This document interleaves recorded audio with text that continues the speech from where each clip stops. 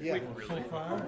So I'm not wearing my sling right now. No? But yeah. You're gonna be in trouble, just like me. They said it didn't look like anybody did anything. So I'm going Friday to see if I can go back to work. I've been working for 3 weeks. He was awarded. I'd like to call the meeting to order. Good evening, everyone, and welcome to tonight's City Council session. I'd like to first start with the Pledge of Allegiance. Please stand.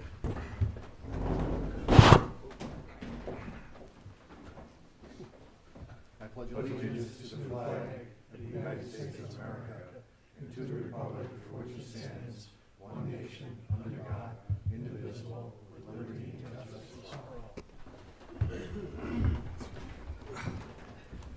Thank you. Would the clerk please call the roll? Councilor Brennan? Here. Councilor Kane? Present? Councilor Petropoulos? Here. Councilor Gilat? Here. Councilor Lavin? Je suis ici. Councilor Gameau? Here. Councilor Grimaldi? Here. Councilor Whitfield? Mayor Cecere? Here. All right, we have two items on the agenda this evening. The first is around our 2027 budget priorities, for which City Manager Hendrix has dutifully positioned herself at the table to present this evening. The second will be the debt strategy proposal, which is the work of the Ad hoc Finance Committee, in which I will present and will be presenting from the podium as well to Council. A few things before the City Manager gets started. I think number one, and I'll let Amy talk about the City Controller not being here this evening, but he will not be joining us this evening as he's dealing with something at home, so he won't be joining us this evening. But secondly, with regard to the budget priorities, I'd like to make an encouragement to councilors, my fellow councilors this evening. Tonight is the first readout of the budget, or at least the readout of our current budget priorities. What I would ask is that everyone listen and ask questions and clarifications as we move forward. Come the June session, City Council will have prepared by that time direction for the City Manager and the City Controller in terms of how to structure the budget. So we really want to use this time to listen, to understand and clarify, as opposed to staking or taking positions on what we should or shouldn't do with the budget. So I'd like to first strongly encourage everyone, and that will allow for probably a more meaningful, understandable session for all of us. Okay? So having said that, turn it over to the City Manager. All right. So you have in front of you the slides, as well as they are broadcast here and will be available to the public tomorrow as well. This is your first look at some of the planning parameters around the 2027 budget. As the mayor mentioned, we will not be asking tonight for you to adopt anything. We will be, I wrote this prior to the comptroller not being with me, but I will be asking you kind of to really look at what the fiscal realities are. Look at the mayor's framework. You also have with you the guiding principles that the mayor sent on April 4th. And then you'll start to discuss a little, maybe not tonight, but see some questions that I will need guidance as I prepare the budget. This is truly just a planning session. This is presented by myself. As the mayor mentioned, the comptroller will not be joining me tonight. He is going to be taking a slight leave of absence, but will return soon, and we'll be thinking of him and his family as they go through their journey. We will talk a little bit about the charter, what is outlined in the charter. We will also talk about what the budget cycle looks like, and we'll go through more. The other piece to note, if you use AI, you can tell by the front slide of this presentation that this was helped with Claude, who is one of the AI tools. I share that because it is common to use these tools, but also it is our responsibility to note when we use them because they are using limited resources. So as adopted in the previous council, I did want to share that we did utilize AI and that all information has been double checked by staff. And with that, we will begin. So the purpose of this presentation is what you'll find is this deck will combine the 2026 adopted budget, what we have this year, and then the 2027 fiscal framework, what we're going to be building.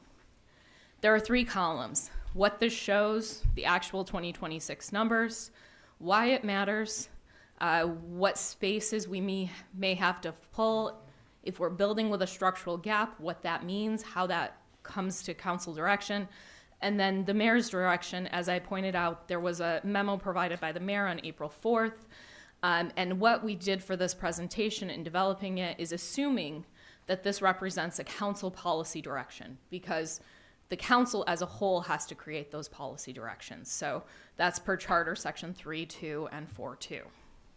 And you'll see at the bottom of all of these a star or asterisk that just notes where mayor's direction has been noted from that memo. I always begin our budget discussions with looking at what our mission, visions, and values are. Local government is slightly different than for-profit business, as our main service is human services and is providing baseline amenities to the community. Before you are the values of this city: safety, caring and respect, innovation, integrity and honor, service and stewardship. Our mission is here to provide efficient, responsible local government services that meet the needs of our community, as well as our vision. These things are the foundation to every piece of what we do, from your strategic plan to the comprehensive plan to where your resources go. The strategic priorities came from your strategic plan. You, as a council, have identified 8 adopted priorities in Tier 1 and 2.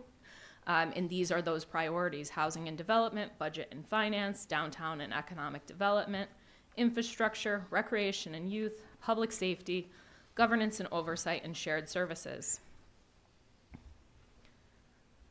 These are also guiding principles tied to the KPIs that you are beginning to develop and you'll have from some of the committees. The mayor will talk about them, and they will be an overlay on the budget as they have been in the past. The other piece to remember when we talk about our resources is, who do we serve? This information is the age breakdown provided by the ACS census population data of who the city serves. Under 18, about 22%. This represents families and schools. Adults 18 to 64, this is our working age core. This is 61% of our population. This is the driving cohort of who lives here. Our seniors are 65 plus at 17%, and they are actually a growing cohort. So you'll see that there. Based on some current trends, we are seeing that seniors are moving or staying here, and also people are trying to age in place here. Workforce projections. Why does this matter? Our labor force are the civilians employed or seeking work within our city limits. This is a projection to 2030. The story in numbers: we have just over 7,500 in the labor force in 2025. That's a 59% participation rate. That means 59% of our residents over the age of 16 are currently in our labor force. This has been a drop since COVID, or an increase since COVID. You'll see where it dropped during COVID, and we are having a slow recovery and bounce back. 3 reasons you need to know this. Sales tax follows employment. When people are employed, they can spend money, and sales tax is one of our major economic drivers. Property tax follows income stability. High unemployment risks assessment growth. When people are unemployed, they can't pay for their property. Service demand also follows demographics. An aging labor force means more retirees, which means less in the workforce. This all compounds into how we're looking at who we serve. The budget is a blueprint. So the budget process, we run on a fiscal year process, January 1st through December 31st, and budget is always ongoing. We are legally required to run a balanced budget. Our expenditures cannot exceed our revenues, and there can be a structural gap as we build the budget. It's strategic resource allocation. Every dollar in our budget reflects a choice that we will make based on our priorities, and that is one of the guiding principles for how we develop a budget. The charter timeline, which I'm going to walk you through, talks about how all of these pieces come together. So this is the legal framework. It's a lot on one slide. In your packets, it's a little bigger. This process is not discretionary. It's a legal obligation with specific deadlines. This matters because if the process slips, Charter Section 5.10 kicks in, and the budget that I present to you in September becomes your budget. The manager will prepare one budget because of that reason. If it slips, there's only one that will go forward. We can have different budget scenarios, but there will be one budget. Submission of the budget begins by September 30th. That's Section 5.2. The city manager prepares a proposed budget and capital program to council. That is not the first time that the departments or I look at the budget. It is a year-long process. Within the charter, other things that are there is a budget message. It details what will be in that budget message. Also in there is the duties of the clerk. The clerk has to file public notices. We must have a public hearing. And the adoption, as mentioned, is due by October 31st. Also, no expenditure can be made without a sufficient appropriation. We can't say that someday we hope to have that revenue source. We must identify where that revenue comes from. Amendments to the budget occur throughout the year. Manager may transfer within a department, and council may transfer between departments by resolution. Often we'll have budget transfers we bring to you throughout the year, and that is all guided by Section 513. So this is the charter mandated timeline. It's pretty straightforward. Department submissions will begin once I have direction from all of you. The comptroller and I work closely together from July to August to take all of those submissions, create one package, and prior to September 30th, I will provide a proposed budget. After that, a public hearing must be set, and you can have your deliberations on that proposed budget. The council must adopt it, and then the fiscal year begins in January. This is what the annual budget process looks like. It may look familiar to our returning council members. I provided this last year as well, and it is a slide of a full operational process. It's 18 stages that happen every year, regardless of charter requirements. It is how I have chosen to manage the continuous budget cycle. So you will see things like quarterly reviews with council. At your May 6th meeting, first quarter review will come in where I'll discuss where the budget is at. You will also see things like the capital improvement plan. That aligns with your budget process. The capital improvement plan is where we provide funding for larger scale items. Guiding principles. So as I mentioned on April 4th, the mayor provided a letter that distilled into 6 principles. These principles, as I mentioned, are treated as preliminary council policy. Formal council resolution would be needed to recommend these if they are something that council wants to ensure. Some of these principles already exist. So priority-based budgeting has been something that we've been working on, is understanding what the priorities are through our strategic plan, our comprehensive plan, and then shaping our departments around that. Zero-basing all expenditures. This is something that we do regularly, is to say, if we start from the ground up, what does that look like? Another thing to do is categorize as core, mandated, discretionary, and strategic. This is something that we have done, but we can modify to fit all of those categories. And then the alignment with the strategic plans and council plans. 2 is structural balance over one-time solutions. This has been something that I think the mayor has brought forward and my departments know, is we don't use one-time funding to sustain us. Sometimes we use one-time funding to provide support to areas, but using fund balance for reoccurring costs cannot continue to sustain our operations.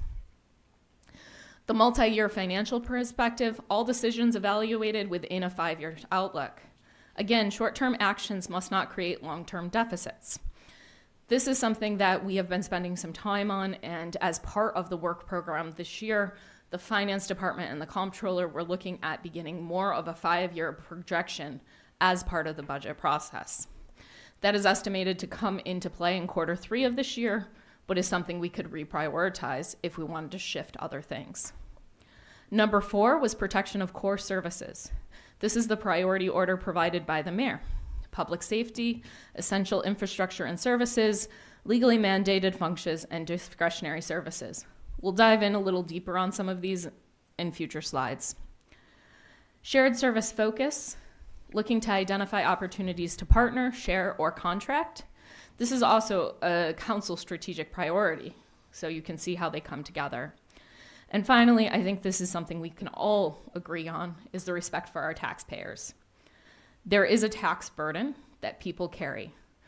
So when we look at what that tax burden is for our customers, which is everyone that lives in the city, how do we balance that burden with giving us the same services or services they want to have? What I will say is you can see an internal tension here. Principle 4 says protect services.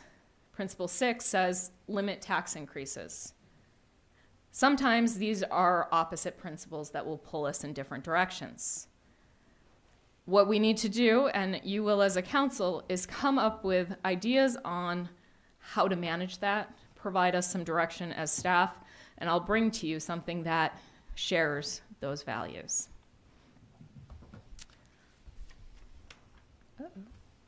There we go. So here's the service priority framework. I mentioned we'd dive a little deeper into this, and again, this can be found in the mayor's memo. Tier 1 was public safety. So police and fire, this was allocated as Tier 1 as a non-negotiable core service, trying to keep that staffed and funded to maintain community safety and emergency response capacity. I will note that these are not legally mandated services of a city. Tier 2 is essential infrastructure services and services. That's things like your roads, water, sewer, snow removal, facilities maintenance.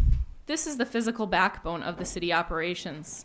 Once again, deferred maintenance creates exponentially higher future costs for our future residents.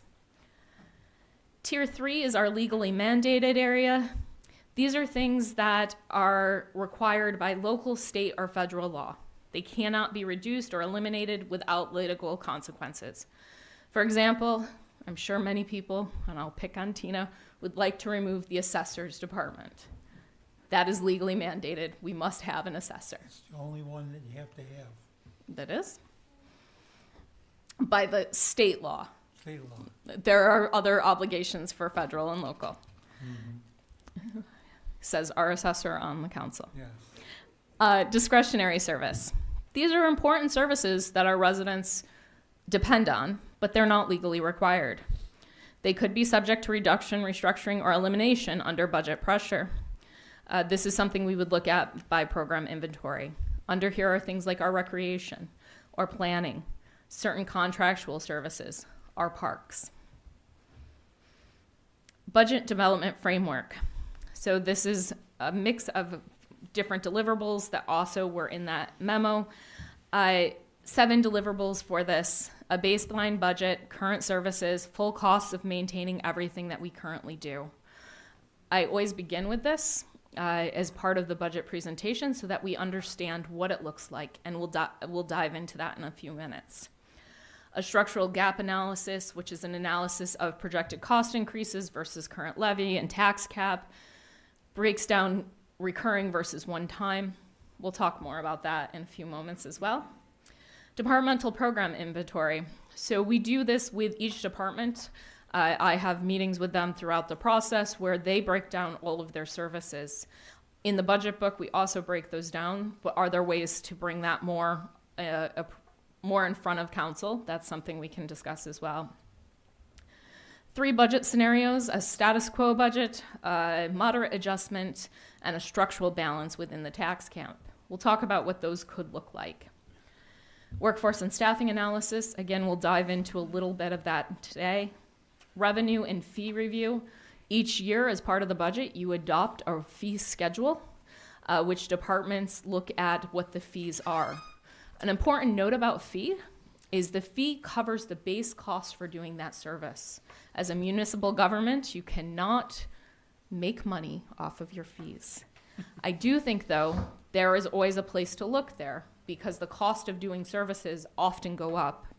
And those of you that have been on council have heard me before, when we find a fee buried in an ordinance, it's really important to take it out of the ordinance and put it in that fee schedule so it becomes part of your discussion and annual budget so you can review it. We've done a lot of work there in the last 4 years and we'll continue to do that in the future. And then the 5-year financial plan. As I mentioned before, this is something the comptroller has begun to develop and was on target for a quarter three. But as we begin to develop the budget, we may reprioritize some of these.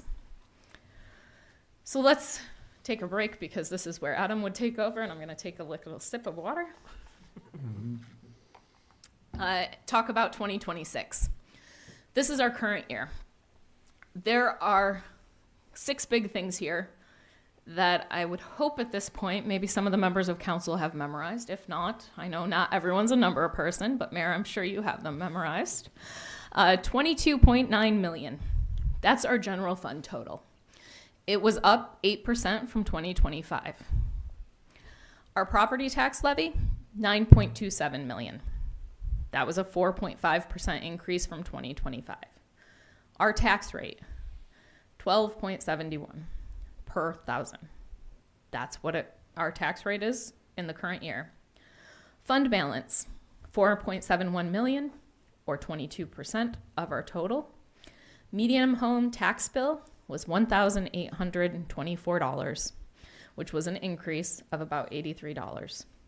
And then our population, which we talked about on the last slide.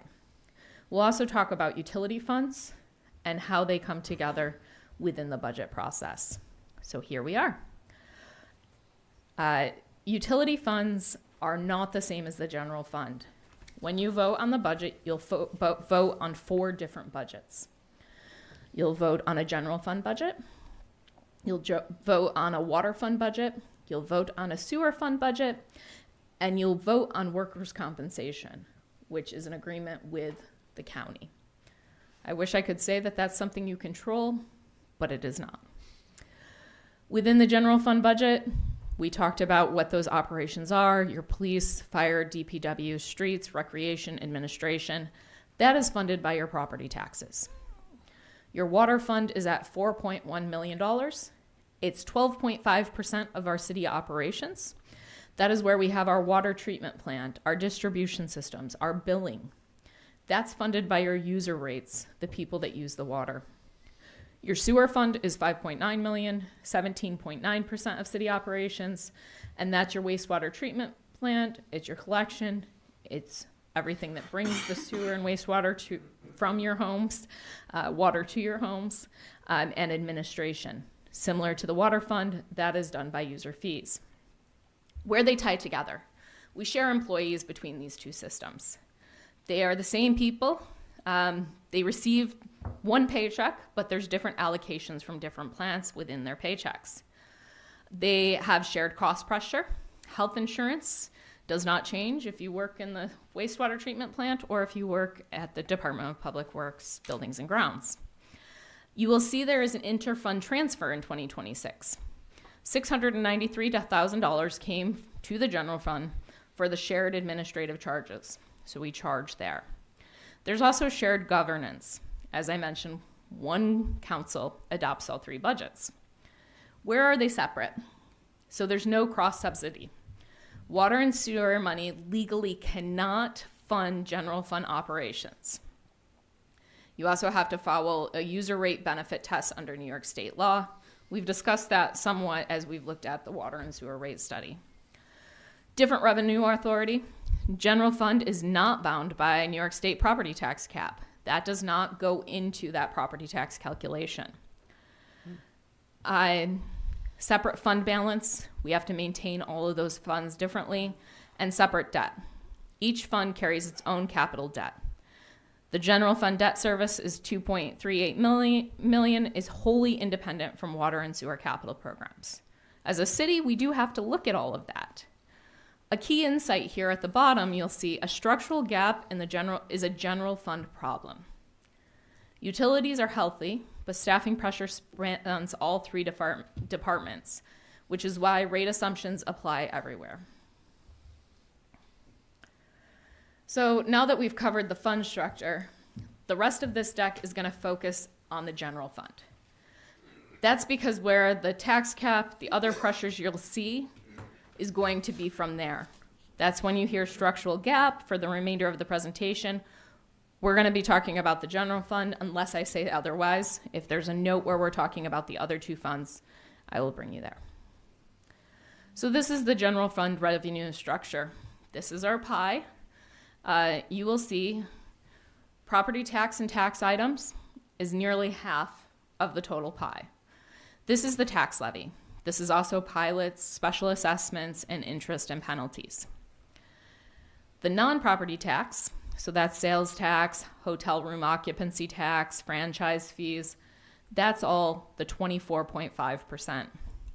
Our state and federal financial aid, which includes AIM, aid to municipalities, mortgage tax, that all comes into about 12%. Interfund transfers, that's where you see the water and sewer fund transfers come into the revenue, and that's at 3%. And then all other revenue, that's your fees, your fines, your licenses, your charges for services, your interest earnings, all of that miscellaneous is 8.5% of our budget. Geneva's revenue is a mix, which is very typical for a small city. It is heavily property tax dependent. We have begun and will continue to look at diversification strategies. Short-term rentals, tourism revenue, they're both slow burning, but do provide some resilience. When we talk about grant funds, things like that, they help us move some of our goals forward, but they are never recurring. And so I just want to note those things. Expenditures. So I'm going to dive into what expenditures mean here. So our salaries and wages are 42.6% of the general fund. This is gross pay. This is full and part-time employees. This is all our departments. Our top spending department is our police department. And you will see all of the various departments together.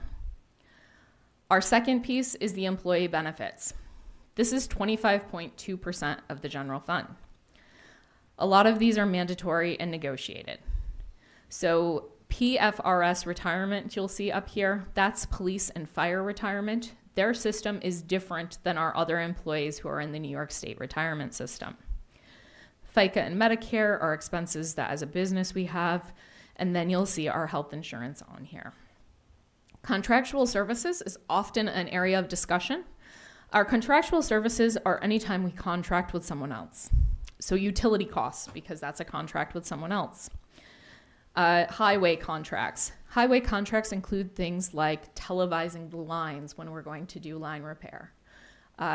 Bringing in, right now we have a project on Dorchester, which is an emergency project. We contracted with a company to complete that project because it was an unexpected. That would fall under our highway contracts. Insurance on city buildings, property, things like that. Fire department contracts. That can be software, that can be replacement gear. Those are all within that. IT contracts, software, computers, things like that. And police contracts, again, fall into the gear, as well as all of the equipment in our vehicles, our radios, things like that. Debt service, and this is of the general fund, is 10.4%. That's principal and interest on prior capital borrowing, and this lies out some of those borrowing that we have done. And then for 2026, this is our equipment line. This is capital equipment that we used our general operating funds for. So that is things like highway equipment, so vehicles, police patrol cars, fire equipment, IT hardware, and we also have an equipment reserve fund. That's outside of the operating budget, and we bring funds from that reserve fund to purchase some of the equipment. Another area where equipment came from, or will come from in 2026, is at the end of the council session, there was some movement from our fund balance to purchase some equipment. So this is how it looks visually, just so you can see salaries and wages and employee benefits of a human services agency is the majority of where our spending goes. When 2/3 of your budget is people cost, your budget decisions will impact the people. They're really people decisions. You likely can't make a lot of meaningful changes without touching this component. We will talk more about what that looks like. Employee costs. So as I mentioned, they are the single largest and least flexible budget line for a human public service organization. They're approximately 55% of our spending across general water and sewer funds. All funds combined, you can see it's about $18 million. Why this matters for 2027. Our collective bargaining agreements drive salary floors. Our healthcare and pension costs rise independently of council control or city control. I'm going to talk about some projected cost increases for 2027, which is largely attributable, it's been a long day, to employee cost growth. Even with modest reductions in programming or attrition, restructuring, or contract renegotiation, that's going to take some time, and we're going to have to look at some different scenarios. One piece about the collective bargaining piece. Once a CBA is signed, collective bargaining agreement, the base wage increase is locked. We can't go below it without reopening the contract. That is something you have to negotiate with that union. It is very rare and often very expensive. So on the next slide, I will talk to you a little bit about what that looks like. These are our collective bargaining units and the adopted percent of increase on their wages. So our police officers unit is highlighted because that was ratified at the end of last year, so it was not part of the budget book in 2025 for 2026. Our officers in 2027 will see a 4% increase. Police command will continues through the end of next year and will have a 4% increase in the 2027 budget. Our fire also continues through next year and will have a 2% increase. Public works laborers will have a 3.75% increase. Our public works foreman is currently in negotiations and hopefully will soon come to you for resolution.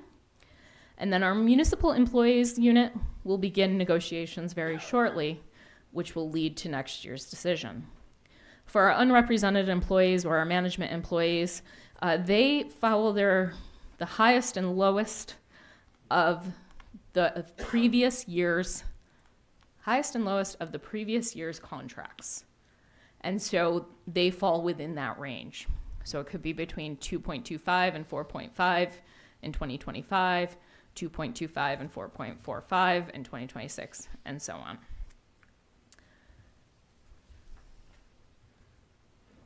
Oh, one other note too is you will see that detective differential is set as a non-compounding differential. That's in the police officers unit. So within the collective bargaining agreements, there may be additional funds allocated to specific groups. Someone may receive a stipend because they're a supervisor within a unit. In this case, our detectives, who are detectives and police officers, they're not in a separate unit, they receive a stipend of a negotiated stipend of a non-compounding 10% add-on to their base every year for serving as a detective. So we'll now talk a little bit more about some of the scenarios. So in order to get the tax rate, you take the tax levy, you divide it by the taxable assessed value, you multiply it by 1,000, and you get the tax rate. This is how it's done. The median home value, as I mentioned before, is $143,550. So that home pays in city tax with no exemptions, $1,824.76. Based on these areas, I am going to walk through what 2027 could look like. Something to note is we are having revaluation. So I do not know what the taxable assessed value will be as I move into that. I will know before September. On that same note, we are in April of 2026, planning for January of 2027 through December of 2027. The pencil will get sharper as I get closer to preparing the budget in September, though there will still be fluctuations as you debate this because costs will change. I wish I could predict them, but I am not that good yet. Fund balance and debt position. This is something we'll talk more about, is our debt service. The mayor's guiding principles. We'll talk about the new multi-year debt strategy and how it can be incorporated to the 2027 planning framework. As you will see multiple places, fund balance should not cover structural deficits. It should not be used for ongoing expenses. The other note is currently we have policy that says our fund balance rates. So for our general fund, it's 12 to 15% of the total. We are operating at 22% fund balance. Water fund is 35% is our minimum. We're operating at 48%. And our sewer fund is 35% minimum, and we are operating at 32%. These are all things that can be looked at further, and I would encourage you to, and I'm sure that in the next presentation we'll talk more about that. Another drink. So now we're going to talk about projections. As I just said, we are in April. By the time we get to June, hopefully we have a state budget, which will impact us. And by the time we get to September, I will have better projections on the costs of services and goods. I will say when we go through quarter one budget for 2026, you will find that we have had more overtime than we had projected for. Things will shift. We will predict as best as we can, but the budget is a fluid document, and it goes back to that discussion about transfers and other things that happen throughout the year. So we've covered 2026 baseline. We've covered the legal framework. We've discussed some of the mayor's guiding principles, and now we're going to move into a projection framework. We have made a lot of assumptions within this framework, and the next 9 slides are going to answer, what do these rates do to the budget? What's the gap? How do we get these rates? And what scenarios should we consider? So to begin, I'll talk about salaries and wages. I'm estimating 3.25% increase. What's hidden in here? We have 2 unnegotiated contracts at this time. We also have management/underrepresented employees. 3.25 will be determined by the collective bargaining units that will still be at the table. Employee benefits, health insurance. This is a healthcare premium increase. At this time, I'm estimating 16%. I am extremely hopeful this number will come down. I have talked to colleagues who are looking at 42%, 27%, and 13%. However, the 13%, their premiums are higher than ours already. When I estimate a 16% on ours versus a 13% on theirs, our premiums remain lower than theirs. These all assume current levels of employment, right?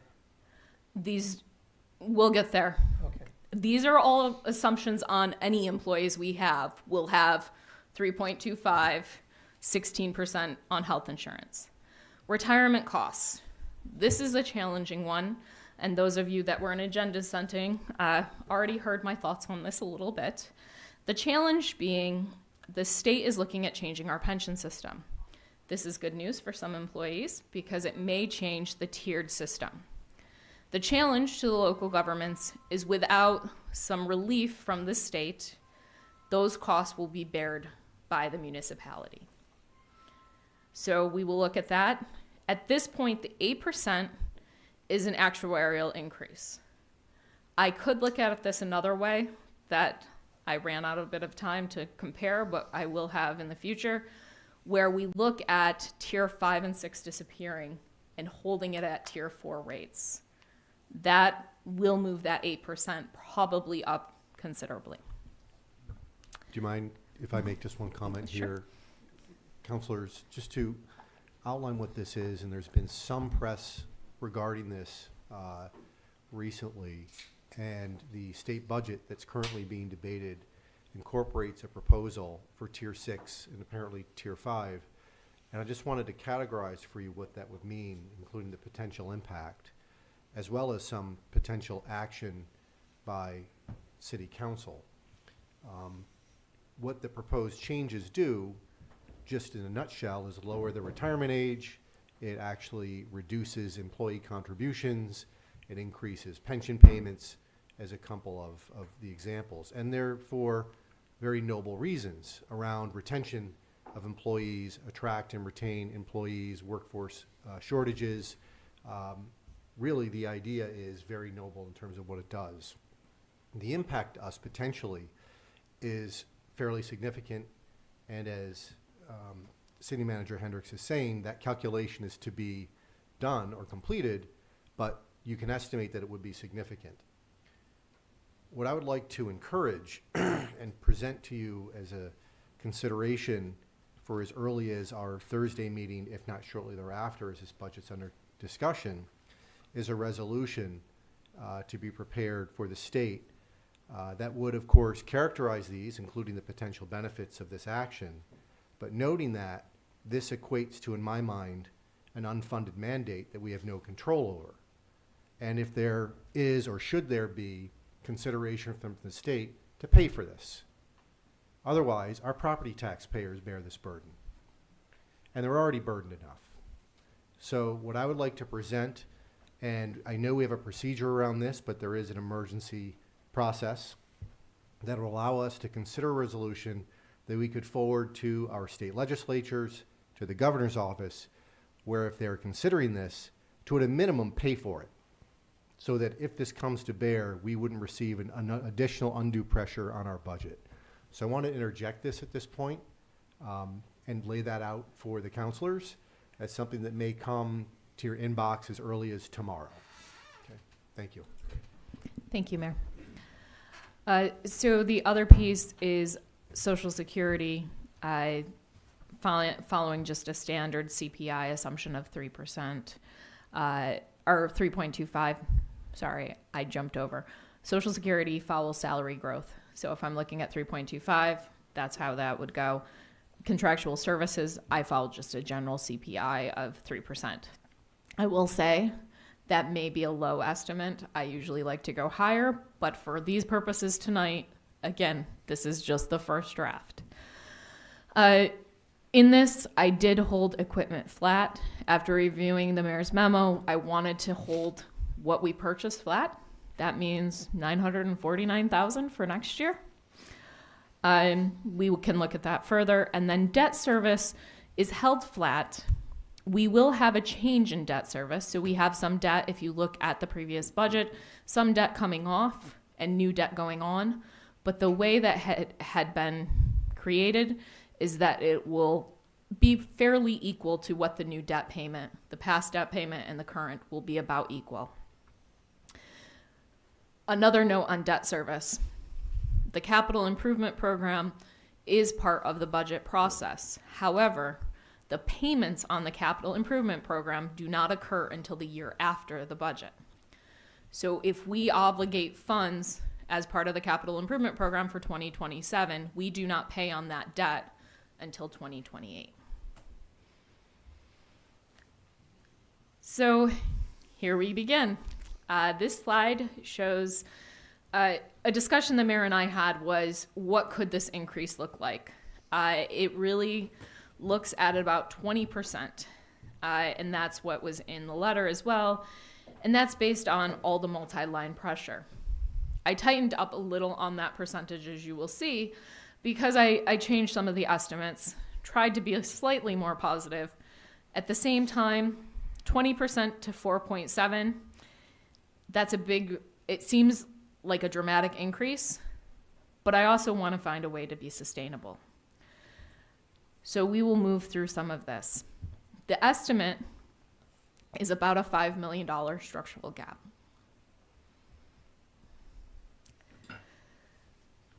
So applying the rate, you will see the 2026 adopted to 2027 projected. This is if we did absolutely nothing new in 2027, really no new programs, no new positions, similar service levels, no new or replacement equipment. This estimates what that budget may cost. This is the starting point for every scenario that will follow. The headline numbers: 2026 adopted, 22.9 million. 2027 baseline, 24 million. That's just over $1 million more. That's to keep the lights on. Each line was calculated by using those projections that I talked about in the last slide. Employee cost projection. Again, employees' costs drive 67% of the general fund, 55% across all funds, 67% of general fund. What you see here is salary and wages, health insurance, retirement, and Social Security. This means a combined employee cost increase of just under $1 million.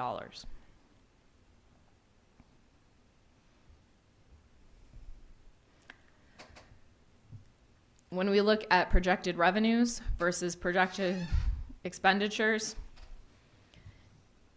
one of the questions that comes to mind is, what's the size of the hole between recurring costs and recurring revenues? This is likely the most important number in the entire deck, because we can't use fund balance to cover that gap. Again, fund balance can't be used for recurring, so that hole is real. One of the questions you may also ask is, why do the revenue numbers look so low?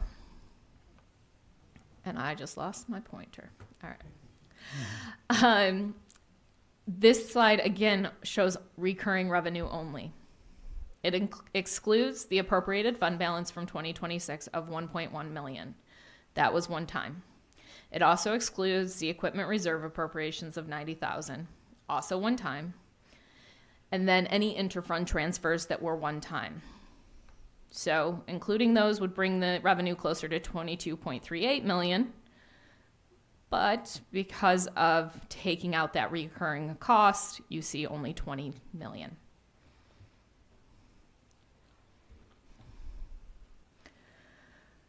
So using the mayor's memo, we looked at where can we realistically find savings. If we sorted every service into 3 tiers based on whether it's mandated, important, discretionary, and aligned, how does that look? The sobering kind of takeaway from this is only 10% of the budget could be taken away as the bottom discretionary tier.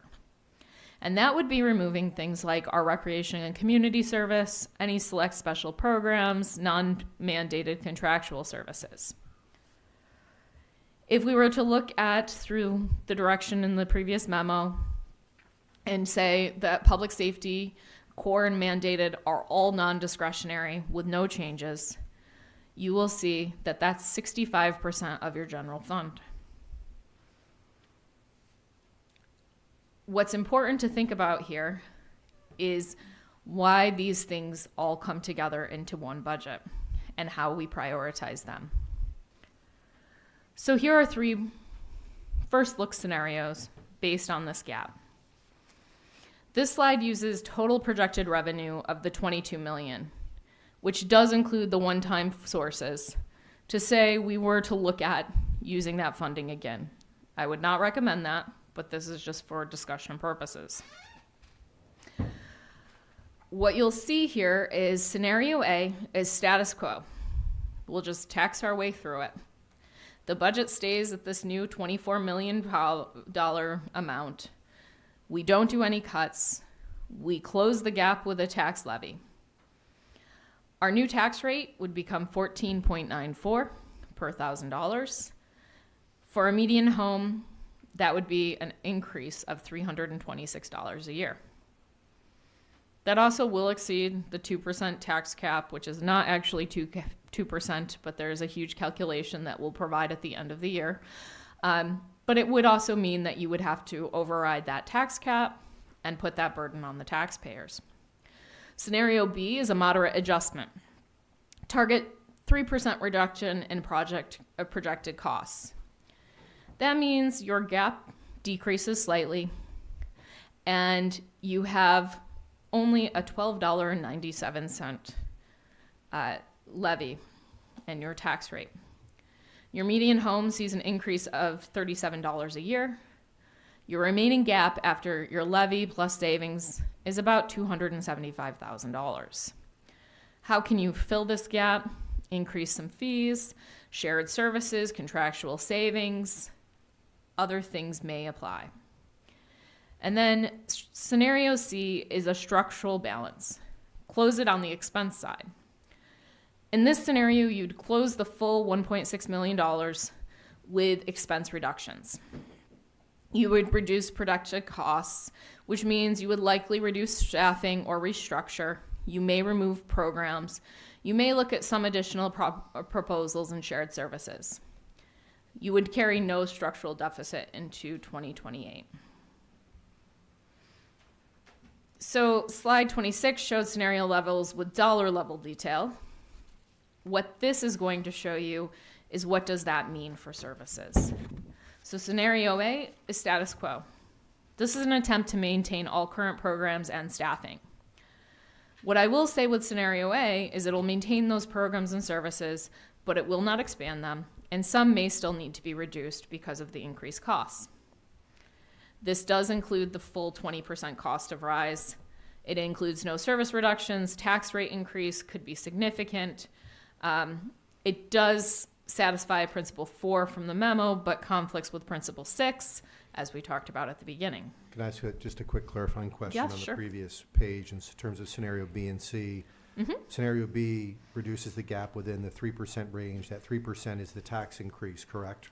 It is, yes. Okay, and then scenario C closes gap within the tax cap. That's 2%, correct? Because you're using offsetting revenue, yep. So the 1297 would be different? No, they would still be the same. Let me look at the math. Hold on. Just make sure that math works, that's all. Yes. So the tax rate math, moving 1297 to 1494, equalization 326. Yes, because you're looking at assessment growth in the one. You're not looking at assessment growth in the other. I So can that's get without assessment growth. correct. So on that, would assessment growth be a constant for all three? Or should it be, or is this It should be, but we aren't at a place where we know what that even looks like. okay, but there was an assumption for that in A and B, Yes. but not C. Yes. If we put it into C, that would be interesting to see. Yep. Again, just in terms of what that would look like, because presumably the tax rate would be a little bit less. Again, just scenario based, it doesn't, Yes. I will say, So- it doesn't mean much. I will take that back. The 37 in B and C is assessment growth alone. So that's not the increase in the revenues. So if you look at scenario B, you're talking about revenue offset at that 721. Scenario C is you're doing the 1.6 and that's coming from elsewhere. I can rerun those numbers. Could you, it won't be much of a difference? It's not, but I see what you're saying. Yes. Thank you. So slide 26 showed those scenarios. A, maintains everything. B, moderate adjustment. That reduces some of the gap with the city's debt strategy we're going to talk about. A mix of targeted efficiencies and limited service reductions, potential revenue opportunities, fees, partnerships, things like that. We would then work with departments to make recommendations for targeted reductions, and we'll balance service delivery. You would use this path when you want to find kind of something in the middle. And then scenario C closes the structural gap within acceptable tax thresholds. It would require some service level adjustments, staffing restructuring, program elimination. So what you do in C is you remove that 1.2. That is likely the most sustainable long term, but it will be the most difficult short term because you will be ending some of your programs and services that you provide. So revenue and fee review. These are just some ideas at this time. how much of the gap can we close on the revenue side before we were to look at cutting anything? Potentially around $1 million. How that could be done, one of that is the property taxes. So you would have to be okay with raising taxes. This is under the 2%. One thing would be to look at sales and non-property tax growth, estimating about 1.2% growth in sales tax for next year. I always am hesitant to predict next year's sales tax in April. I also am concerned to predict it in September, but we'll do that a little bit clearer because we have more than 1 quarter under our belt. Short-term rentals. So our short-term rental, this is a fee, not a tax. Our short-term rental fee is every 2 years.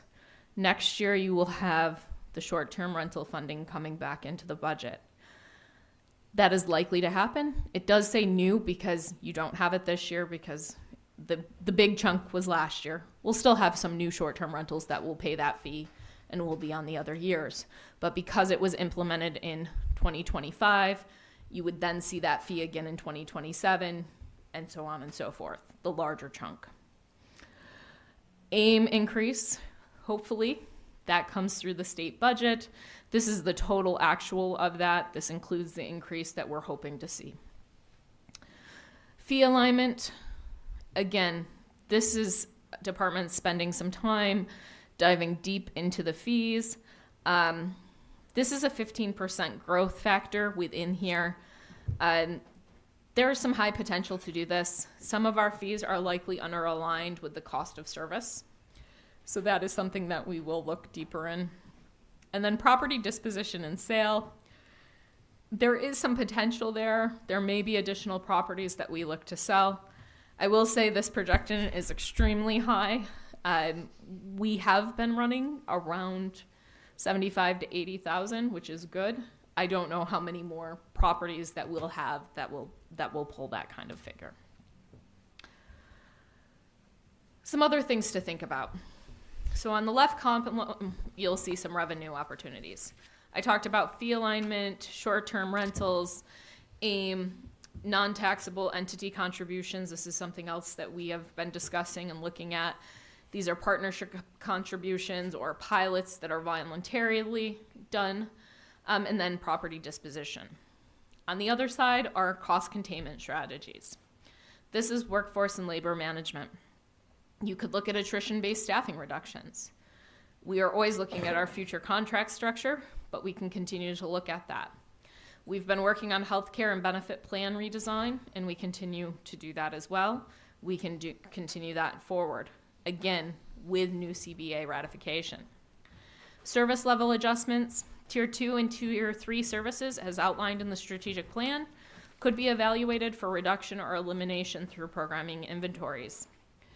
Energy and operational savings, we have made some progress towards that. Soon, the Assistant City Manager will be releasing an RFP to look at our public works facilities. There may be energy efficiency, there may be state and other grants that we can look at further on those. And then shared services, where we partner with county, neighboring municipalities, or outsource services outside of our core municipal scope. This is probably my least favorite slide. This is the projected gap as I look at it right now. Why does it widen? It's compounding math. Our expenditures are growing faster than our revenue, and that means our gap compounds over time.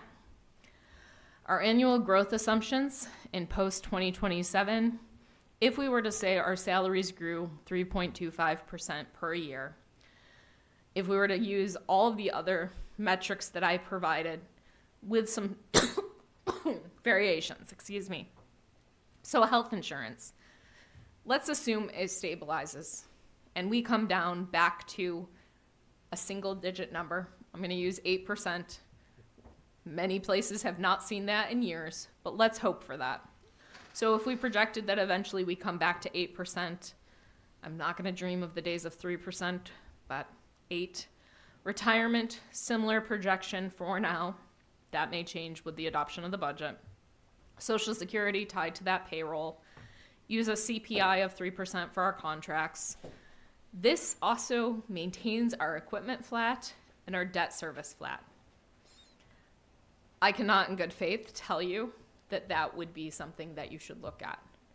Our equipment costs will rise, and you cannot stay within $949,000 per year.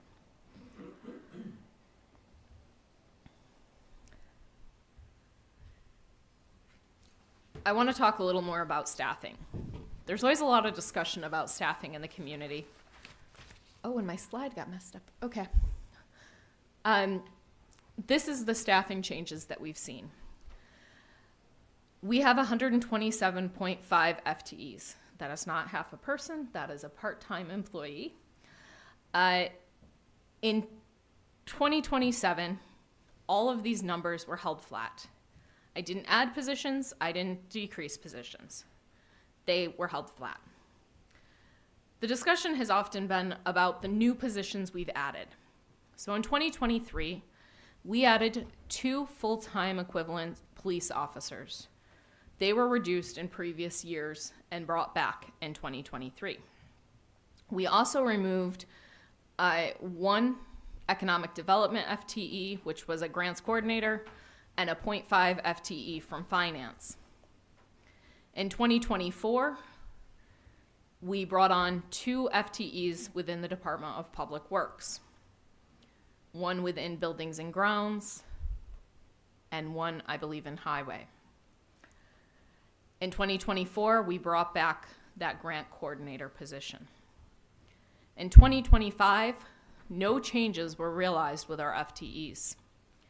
In 2026, we added 1.5 FTEs for our police officers and a 0.5 FTE for IT. Any other positions that have been created or named were not new positions. They were moving of current positions, potentially in different title or different scope of work, but within the organization. The only new positions we created are here. The other piece that I'm going to hit on a little bit more is in 1999, we were at our peak staffing level in the last 35 years. That was at 143.5 FTEs. We're now 11.2% below peak, and today we deliver more services with fewer people than in 1999. I wanted to comment on that because I think it's important to recognize the work that our employees do and continue to do. They've become creative in how they operate and what work they take on. We share employees between a lot of divisions and departments, and that is due to some of these reductions. One other piece is currently we have vacancies on the departments. If we decide to go an attrition mindset within civil service, what this means is there are things called bumping rights from employees. And when we bring new employees on board, they will be the first ones out the door. I share that because we currently have vacancies. If I am to fill some of those vacancies and we decide to go in that direction, that will be done with those employees knowing they may be without a job in the coming year. So the cost impact. This is an estimated.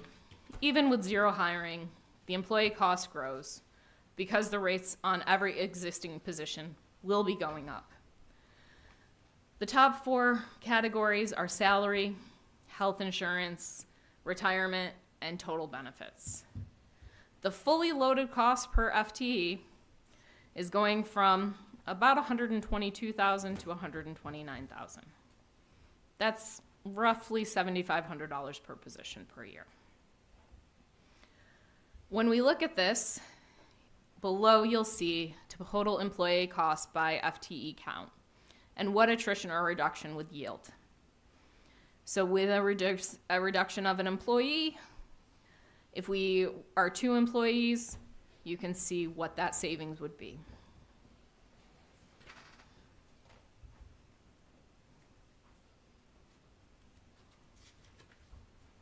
So to get to that 1.6, it means 12.5 FTEs, just doing the math, Yep.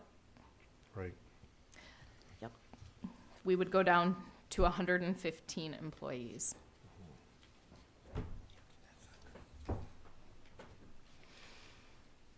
So here are some of the required deliverables that we've talked about. Sorry, Amy, just real quick, I want to connect a dot here, if I could. They're not numbered, but if I go back to the budget scenarios Yes. with the applied projections, that scenario B, for example, if there was a moderate tax increase of, say, that 3%, the gap of 285, then would mean around that 2 FTE mark, assuming that was the combination of attrition, right? Correct. Again, I'm just saying this Yep. as ways for folks to think about how to balance how to think about this just by the math. Yep. Right, okay. thank you. Absolutely.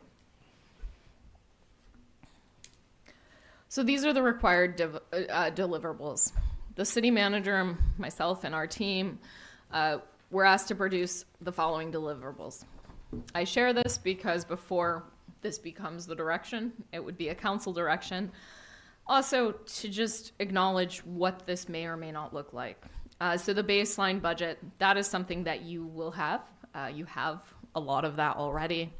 A structural gap analysis, again, that's the 2027 and multi-year outlook. You have some of that information.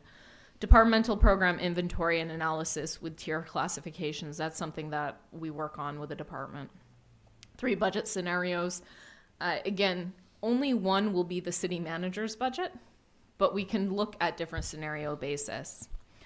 Workforce and staffing analysis, I think you've seen some of that, but if we are tasked with reducing the budget significantly, we will come forward with what that looks like. Revenue and fee alignment review, I think, will be an important component. So the comptroller and I will work on that with our departments to ensure that those revenues from our fees are aligned with the actual cost for doing those services. And then a 5-year financial plan incorporating the DEP strategy. This is something that the comptroller has focused on for Q3, and we can bring pieces of that within this budget document. Here are some other ongoing monitoring points. The council policy direction is needed to really talk about the tax levy parameters, talking about the priority ranking among competing budget needs, targeted structural gap reduction amount, and then which scenario really is the one you would like to dive into. We'll ensure that there's an alignment with the strategic plan and that resources are directed towards the measurable KPIs. We'll also talk about how the budget is really that financial expression of the strategic plan. I think that's something that you need to take in as well, because as we make some of these decisions, they will be a challenge. We'll continue with the quarterly budget to actual reporting, and then department presentations. That is something that we can discuss where they will fit into this. Last year we did it about 2 weeks ago. So we're a little behind schedule, but that's a component. And then transparency and public engagement. We'll continue with clear communications. We have done some videos in the past and other things. And I think one of the pieces is understanding what the trade-offs that you're willing to accept are, because this is a challenging puzzle. And then per the charter, you have to have public input because we have to have a public hearing. We can do more with that. And then budget documents are always available in the city clerk's office. There is always a printed copy of the budget that's publicly available. Just a reminder of the budget calendar in case anyone forgot it. This really is the first milestone. This is your first chance to kind of look at all of the scenarios start to come together. And this is something to just consider. I know some of you are a little bit of history buffs, and the Athenian Oath talked about how the people had to take care of their city. And this is just a piece of that I think drives home some of the questions that are on the next slide. Thus, in all these ways, we will transmit this city not only, not less, but greater and more beautiful than it was transmitted to us. As a council, that's your responsibility.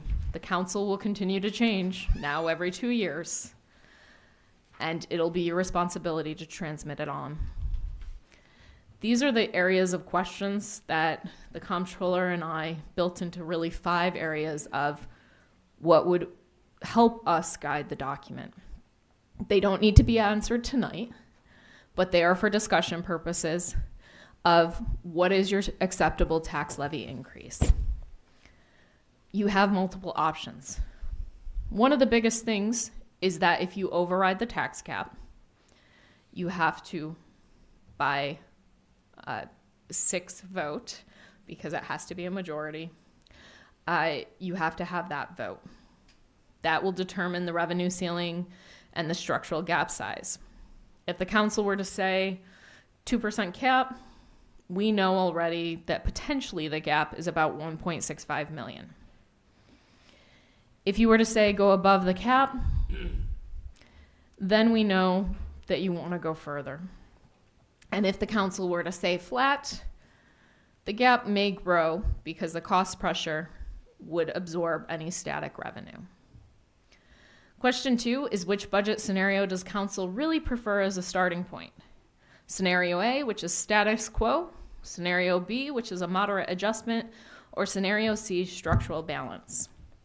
Each will have different implications for taxes, department services, delivery, and long-term sustainability. This will tell staff what to build against for September submission. Question 3 is, are there specific programs or services council wishes to prioritize? If the Tier 1 framework says public safety at all cost, that will be the focus. Then, are there 2 tier pieces that we also need to protect beyond all costs? Or Tier 3? Is council in agreement that protecting Tier 1 is the ultimate goal? However you want to have this discussion will inform the program inventory analysis. If council were to say, protect recreation at all costs, that changes your tier conversation because that is listed as a Tier 4. That's an important discussion and direction for us. Does council affirm the mayor's guiding principles as a formal policy direction? That is something you can also consider. You have the mayor's memo before you. If the council wanted to decide that that was the direction, we could tie those 6 principles in. We'd work with you to understand how and to what length each of those are. And I will say, as I sit here by myself today, I appreciate your patience with the capacity that we have. Question 5 is, what is the council's timeline and priority? That is tied to that last statement I just made. We need direction on sequencing these work sessions in the future. And also your understanding that not all your deliverables will be achievable this budget year. You're building for the future. The comptroller and manager are going to deliver you a budget. We always do. We always have. 1 year I did it in 3 months. Please don't make me do that again. But I think what you need to understand is the budget document is a shared strategy between staff, council, and the community. It's where we prioritize everything. And it'll be up to you to determine how those priorities go forward. With that, thank you for everything. Notes on where everything was found was here, and for those financials that you want the numbers behind the scenes, I will send them. Thank you. And let me first start by saying this is incredibly well done. Thank you. Thank you. Thanks to Adam, Taylor, the staff who put the time, energy, and effort into this very realistic picture in terms of where we are and what it is we're facing. And to underscore the seriousness of this budget or this information in terms of what it presents to this council and to the people of Geneva. The couple things I'd want to say, and then if you wouldn't mind, I'd like to actually create a structure to go around council just for initial feedback and thoughts and do it in a sequenced way, but I'll come to that in a moment. But prior to that, I think the first thing is, irrespective as to the priorities, there's nothing that's not on the table. I think that's the first thing to also understand, I think, for anything here and anything we've done. The prioritization that I suggested, for example, in the guiding principles, is something that was reflected from the strategic plan in terms of what we thought the most important things were to us as the elected officials who are looking at the city and how it is we would be governing it and the priorities unto which we would be thinking through things. For example, public safety, around infrastructure and public works, and around the discretionary programs. What I'd like to do, as we're compelled by June, as the city manager indicated, to provide a formal resolution with the desired structure and approach to direct her and staff in terms of how to put a budget together, is to take this preliminary, or this first run, to ask each of you, and I would grant 3 minutes each, to basically present their initial thoughts on the data presented, some initial reaction. What I will do is take each of your reactions, incorporate it into what I've constructed, work with the city manager and staff to help evolve this into a next step for us to consider to move us towards that resolution. Okay? That makes sense? No? Pat? I think it's too early for us to do that, having just got the information. No, it won't be done. I'm saying to start the, No, but if you're gonna put information out, you gotta kind of look at this more than spend half an hour talking about stuff that we really have not a lot of clue yet. I don't know what everybody else thinks. That's, yeah, what I'm suggesting, Counselor, is initial reactions and thoughts. That's all. yeah. There's nothing more than that. There's No, nothing's going to be that, though. codified here. Yeah. And just to note, at agenda setting today, we put time on your May 6th agenda to have further discussion on this. And as far as a formal resolution, I do like that concept because sometimes when the budget comes forward, you guys can make resolutions at any moment, but having one concise resolution would be extremely helpful. Right. And I think that's a good goal.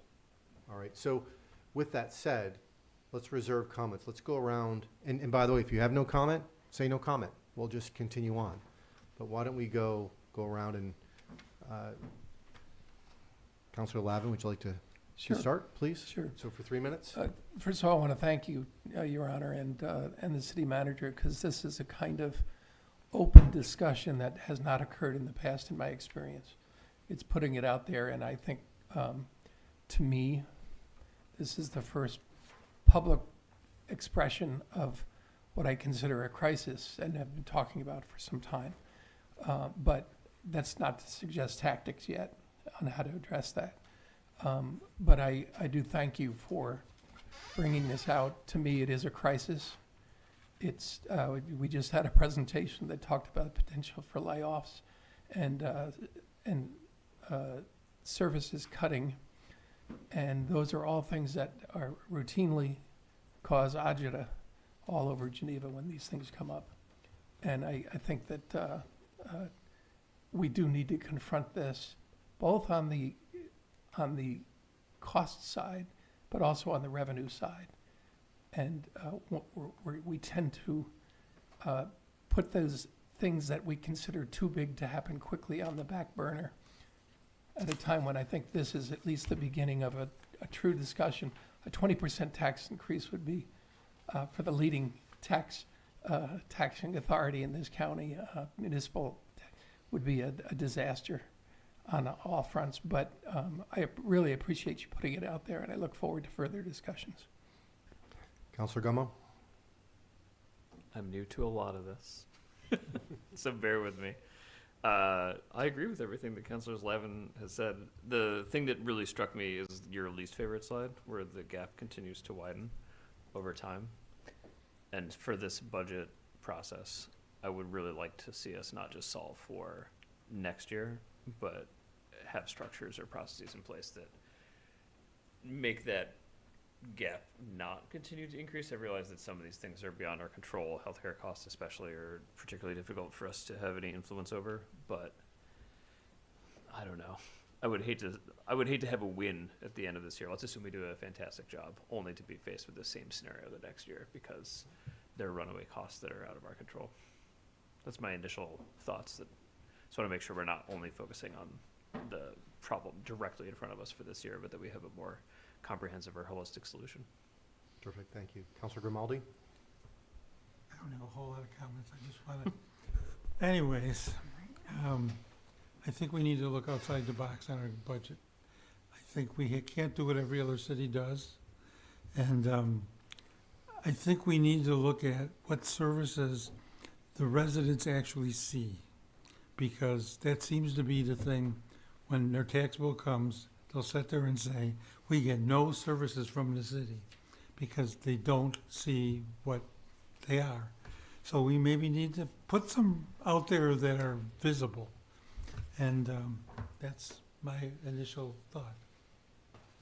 Thanks, Counselor. Counselor Gelati? City manager, great job on this. I agree with Chris as far as it's a lot stronger foundation to start our budget discussions. There's a lot more to work with here. I'm hoping that the people that are joining us realize the difficult tasks we have. And costs continue to go up. There's no controlling that. Being in business myself, I'm seeing it go every day. So it's going to be, it's an issue. And in order to operate the city, we have to realize the fact that it's going to cost us more to operate it. I look forward to the budget discussions. I think we keep them open. We have some great minds here. I hope the residents give us a lot of feedback so we go the right direction. Like Pat said, you know, a lot of people don't know or feel they're getting the services they deserve. We need to point those out. Education, I think, is huge. This is a great step, and I look forward to continuing with it. All right, thank you. Counselor Brennan? First of all, again, I agree. Thank you so much. Tremendous, tremendous document here. And your document's not so bad. So I'd like to say to my peers, and to you, Mayor, let's use these documents going forward. And I would recommend to you, please, do whatever you think you can do to organize us in such a way so that we can truly discuss these points that you have laid out for us so well.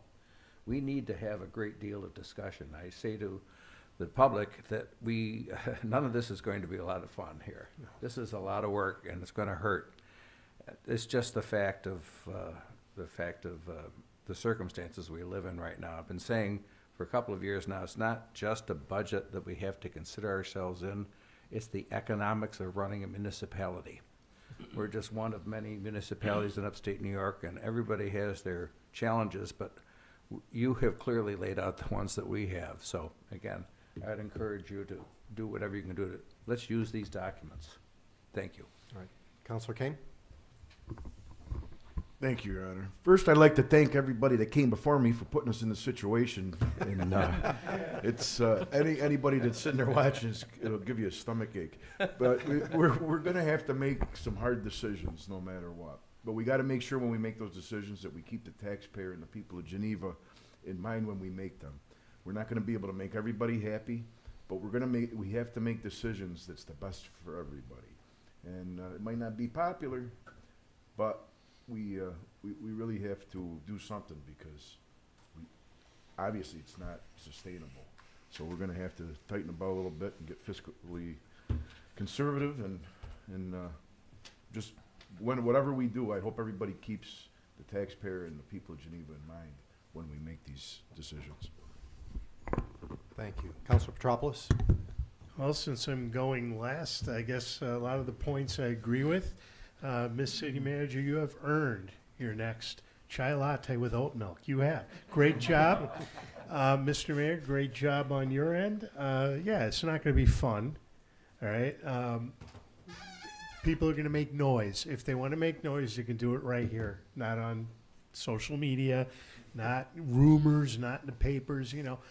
They can come call any of us. We're willing to work with constituents, I think. I know I'm willing to work with mine. And let's see what they want, because every ward has a different priority, I think. And what service cuts look like, or, you know, to some people don't work with others. And I will say this, I mean, you know, I grew up in New York City. Look at their budget. It's like billions. all right? Maybe they can never get their act together. But the point is, we can. I think we can get our act together, and we can pass a workable budget without slashing and burning, because that never works. So I'm perfectly ready to listen to what the Finance Committee recommends, and I'm going to be very open-minded. But again, anything that came up in the past, like 5 years, whatever, 10 years since 12 years, that's past. We got to look forward, and that's just how it works. All right? Thank you. Thank you, Counselor, and thank you all for that input, and thank everyone in advance for the work that's yet to come.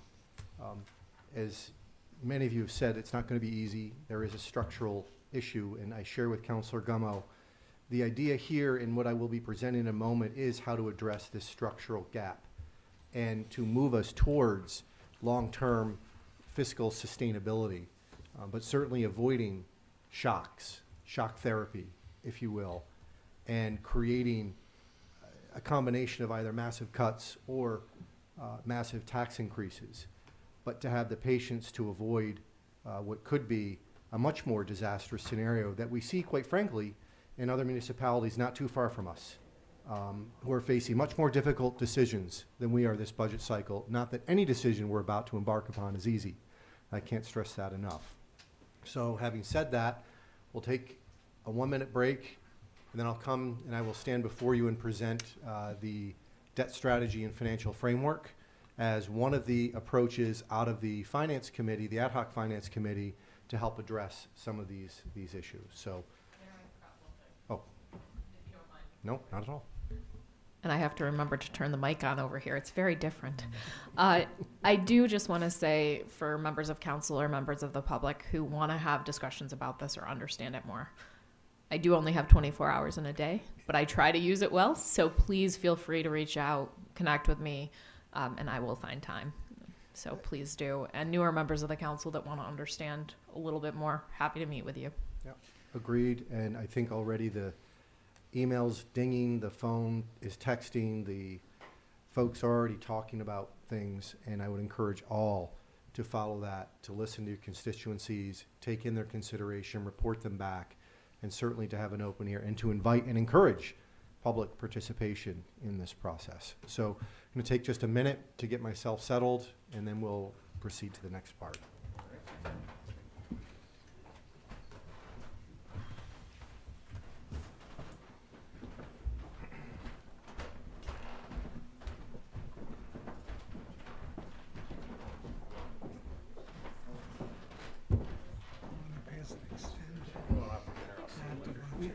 Join you.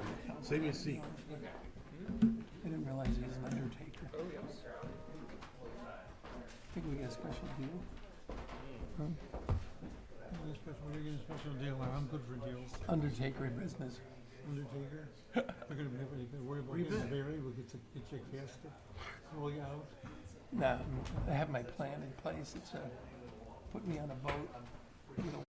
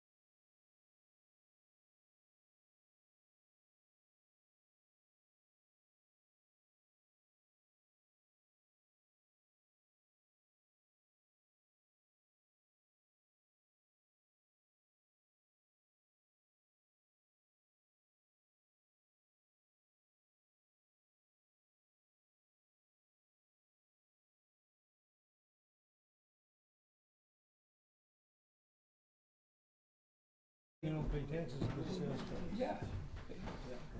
But it just bothers me because I take what if you tell me something, I'm taking it at face value. Yeah. And I don't wanna have to go back and research everything you, if you tell me something's a fact, I'm gonna believe you. Until you lie to me. It's a whole different ballgame. Unless you're a citizen, then it's a whole different I ballgame. actually think, my hope is that we become extremely aggressive on the revenue side, Yeah. that we don't sit here and worry about. We're talking about down in Gates County, in one of the towns down there, every year, small, little rentals, single rentals. It's like $250 a bedroom. That's like giant compared to us. All right, let's get started. I know Counselor Kim is on a call, and he'll be rejoining us momentarily. But why don't we get started here? And again, this is a direct continuation of the conversation as it relates to the budget. And this is the work that will help us continue to move forward, I think, in a responsible manner towards improved or greater fiscal discipline. So first, thank the council, thank the committee, thank staff. This really does reflect a structured effort to assess our financial position and define a path forward to utilize debt in a responsible manner, one that benefits the city and allows for long-term investment, and also one that taxpayers can afford. So the focus is really around discipline, it's around transparency, and it's around long-term sustainability. So I'll begin first with why this work matters and what the committee was tasked to do. The Ad hoc Finance Committee was formed in January of this year, and in under 2 months' time, I'm going to point to these committee members who have come together to help produce what it is that we're going to review today. So first, my thanks to, and so two of whom are here, Cy Smith, Cam Wong, Charlie Bowder, Rob Flowers, Gary Baxter, and Councilors Lavin and Grimaldi, who have been working and participating in these committee discussions. And also to the city manager and to the city controller and to city staff with regard to their input that have allowed us to come together and put together this presentation. So, what's the path we're going to take today? So I'm going to tell you this is broken out into 5 sections, why this work matters, what is our current state, some of which you have heard already, what is the strategic framework that we are proposing, what is this a 5-year path or trajectory, and a governance process and model, as well as next steps. We're essentially moving from diagnosis through strategy, and now what we're presenting here is a move to action. So let's start first with the committee charter and why this matters. So, as I mentioned before, the committee was formed with a 6-month charge to assess debt and to assess cash, to define KPIs, to establish strategies within those 2 areas, and recommend policy and governance to City Council.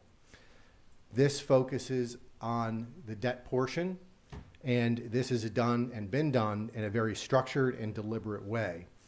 And what this leads to is why this work is important now. Actually, I think we can say it's important just based upon the last presentation we had. But just to highlight some of these things, much of which you've heard, let's first talk about taxpayer burden. The fact that 48% of property is tax exempt. Fewer taxpayers obviously carry the full burden. We have a credit rating of AA-, which is excellent. And the city of Geneva worked hard over the last several years to get us to that point, and my congratulations to the staff and to the previous councils to ensuring we've achieved that. But we must defend this, and if possible, improve it. Around investment, council residents need consistent and regular sustainable investment. A lot of stuff needs to be focused in upon. This recognizes that. As well as transparency, to what Councilor Lavin was mentioning earlier, council residents need consistent, measurable metrics and oversight as it relates to this and our overall process. Now, with that context, let's take a look at where we stand today. So, our tax base. As we've heard, we have a structural issue, not only with the revenue and the expense, but with our tax base. 52% is taxable. The benchmark we looked at, 65% of the tax base is typical or more typical. So we have that structural issue here. This is a red condition. You're going to hear me use red, yellow, green. There is a traffic light process that I typically use, so you're going to hear that a lot more from me, and you'll certainly see it here. It's very easy to understand, especially for me, and hopefully it's something that you'll understand as I go through what it means and what it connotates. But what this red condition means is that we simply have less flexibility, and we have a much higher sensitivity to debt and anything else because it is absorbed by this smaller taxable base. And this constraint makes our debt profile even more important. So I'm going to first talk about the urgent risk, some of which was relieved this past week as it relates to bans or bond anticipation notes. Right now, or at least up until last week, we had a bond anticipation note exposure of about 54% of revenue. That means short-term debt as a percentage of revenue.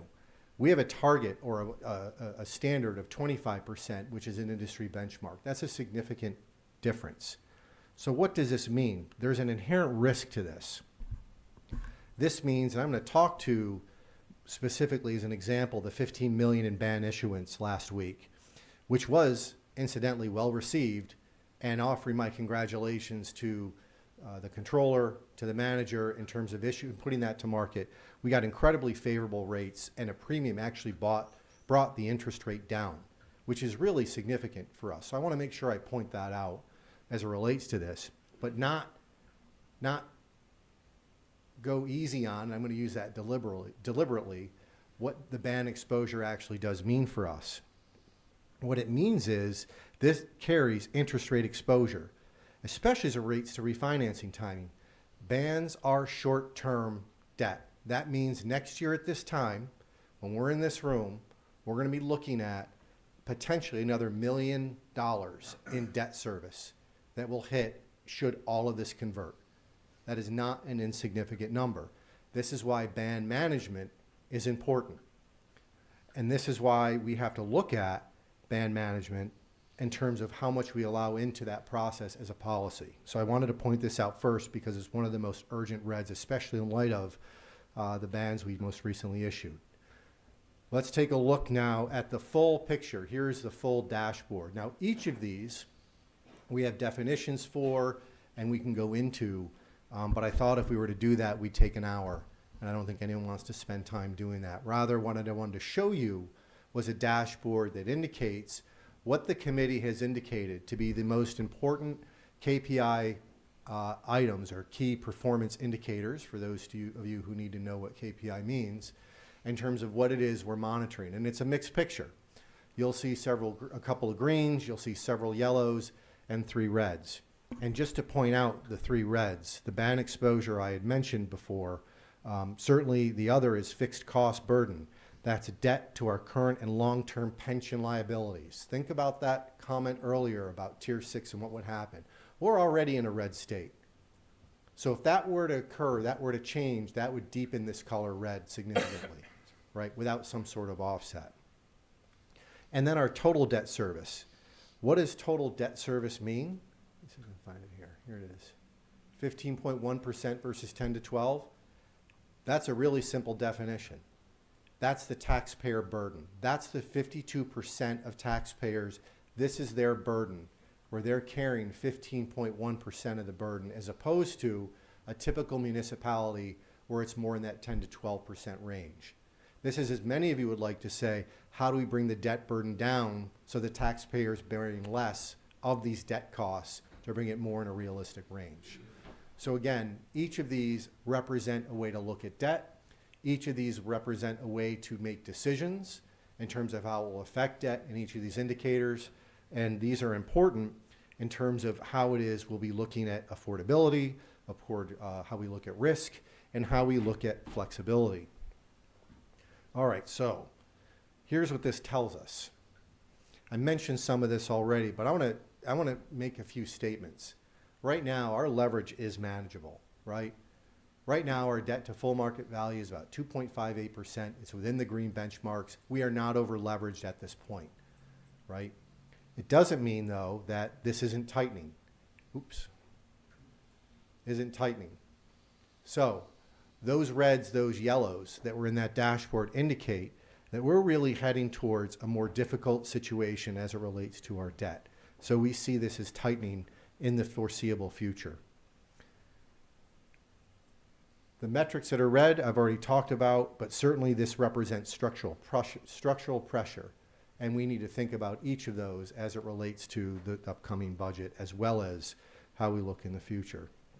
And finally, the enterprise funds around strengthening those and focusing on strengthening those, especially as it relates to some of the metrics that were previously seen. Again, could go into those more deeply, would take another 10 or 15 minutes. Let's just say this is what the KPIs are telling us, and I would also suggest is already being considered in the budget. So you saw some of that indication already being addressed. So I wanted to point that out as well. Okay, so this leads directly to the need for a strategy. So here is the framework. So first, let's talk principles. And I think this, and Councilor Gummo, I'll pick on you for a second here. This goes in line with how to address a structural issue. So this is really about governing principles that bring us to what will be sustainability. The first is around stability first. Second, liquidity. And this is before something called pay-go. And pay-go is simply put, pay as you go. It's setting up a fund that allows us to pay for capital improvements that we build over time that we can use in exchange or instead of borrowing or borrowing as much as we would otherwise need to. Certainly debt discipline, a phased transition, and this is very important, you've already heard reference to it, as well as new, updated, and improved oversight and budget policy that focuses on transparency and accountability for council, for residents. So these are the 5 governing principles that they translate into what are measurable targets. So the targets that the committee came up with in terms of debt affordability really revolve around these 6 areas, some of which I've already spoken to. But to really highlight each of them, that these will put us on a path to really solid debt management and that hold our goals and put the city on solid financial footing. You heard me mention debt to full market value. You heard me mention, or that was also discussed earlier around assessed value, achieving that percentage, ban exposure targeting around 25%, debt service to revenue targeting equal or less to than 8% of revenue. Enterprise, that's the word for water and sewer, targeting greater or equal than 2x of revenue. Revenue growth, look, this is the structural issue we saw earlier. Revenue growth has to exceed debt growth. That's a structural issue. So that is one of the affordability targets as well. And then this is directly to the taxpayer, total debt service to revenue in that 10 to 12% range. These define and will help define what it is we can afford from an investment standpoint. That's why these are important. As we move towards these, this tells us when it comes time to consider where we want to invest, how we want to invest, what will keep us within a range that allows our debt to be sustainable and managed. So how do we support this through reserves, or as I referenced earlier, pay-go? So we talked about fund balance targets. We talked about pay-go as a capital strategy. We talked about a phased implementation, and this is what this slide represents. Some of these, as I think you've just seen, are already met or exceeded, which is great news. Congratulations. May not mean they're sustained, but certainly we might be at some of these already. But when we looked at the data, they weren't there at the time. But these talk about some fund balance targets that we want to maintain for the general fund, for water and sewer, and then a capital reserve fund, which is the PAYGO fund, which is what we're looking to do after we attain each of these targets to begin building out a capital reserve fund. And here, this fund, whose intention, again, is to look at short and long-term capital projects and to actually have money set aside to help offset the need to issue debt. Whereas this year, given where we are, right, year one, we're looking at a zero contribution, but we start in years 2 through 5 to start to accumulate monies to go into what would be a very reasonable $4 million into a capital reserve fund that could allow us to handle such things as we have some issues at the lake right now with some fairly significant damage done by the water. We will need to pay for that. Well, this presents the opportunity to have a fund that will allow us to do that as opposed to take it out of general fund or increase taxes. That's what this means. So this gets us to the budget or a budget policy framework. These would, and you heard some of them in terms of the memo that was presented. Councilor Brennan, as you made reference to that memo, most of this is in that memo, or a good portion of it, that allows us to begin the process of looking at this as it relates to the budget and the budget process. First is around structural balance, ensuring that recurring revenues must fund recurring expenditures. One-time revenues cannot fund ongoing operations. Fund balance targets. Targets for a general fund balance of 18%, water and sewer at 15%. A PAYGO policy, which is a cash-funded capital account for short life and recurring assets. A debt affordability policy.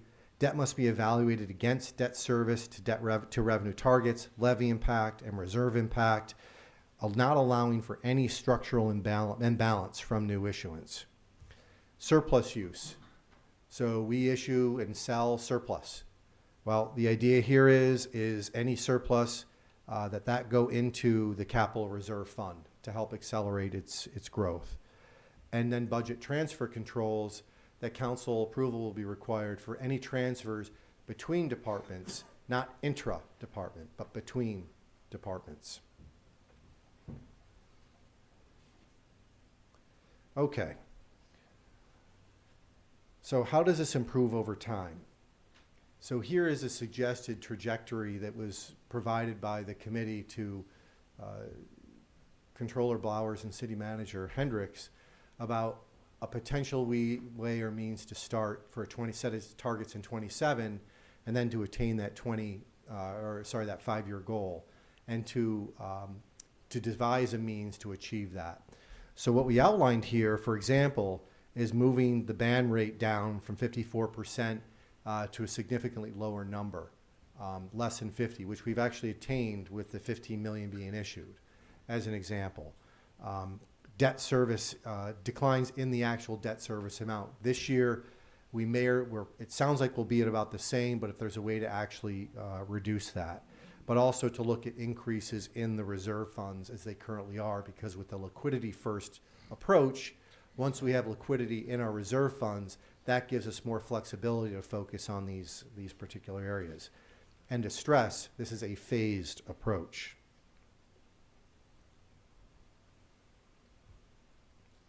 So, what does a phased approach mean? It means no sudden tax increases. It means investment continues. It means we're protecting our AA- credit rating. And it means that we continue to improve upon accountability and transparency to our residents. And the message I would provide and give to the council and to taxpayers in particular is we recognize that you carry a high burden, that if our long-term goal is to stabilize and reduce, this is one of the areas and mechanisms that we can look to do that. But it does require, of course, clear governance. So this is the request, and much of it has already been incorporated. But this outlines the roles, responsibilities of council, the city manager, and controller in terms of what it is we're achieving. Of course, as council, the council sets policy, we oversee, we hold overall accountability. Staff is advising, providing the data, the details, the information, and the reports. This is critical and key because it's a continuance of the ongoing oversight of the council, of staff, as it relates to the oversight of the populace on council. All right. So, to implement this, specific work is required.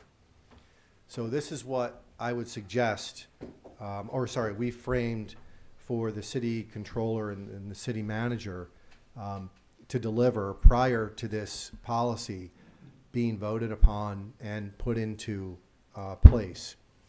One is, and the commitment is there to do this, and I can't stress this enough, patience is required given the current situation, and I want to stress that for the council and as well as to remind myself. I'm a fairly impatient person sometimes, so I stress this, but what is a precondition for a final vote and moving this from resolution to actual policy is that these KPIs are validated, of which they actually have been, and Controller Blowers, and I will say this, he and I have nerded out on these finance discussions on more than one occasion. So I'll look forward to continuing to do that. But the KPI validation, confirming the fund balance targets, a 5-year implementation plan. This is a bigger lift to do, especially given the variability that we see. But certainly we can set some targets.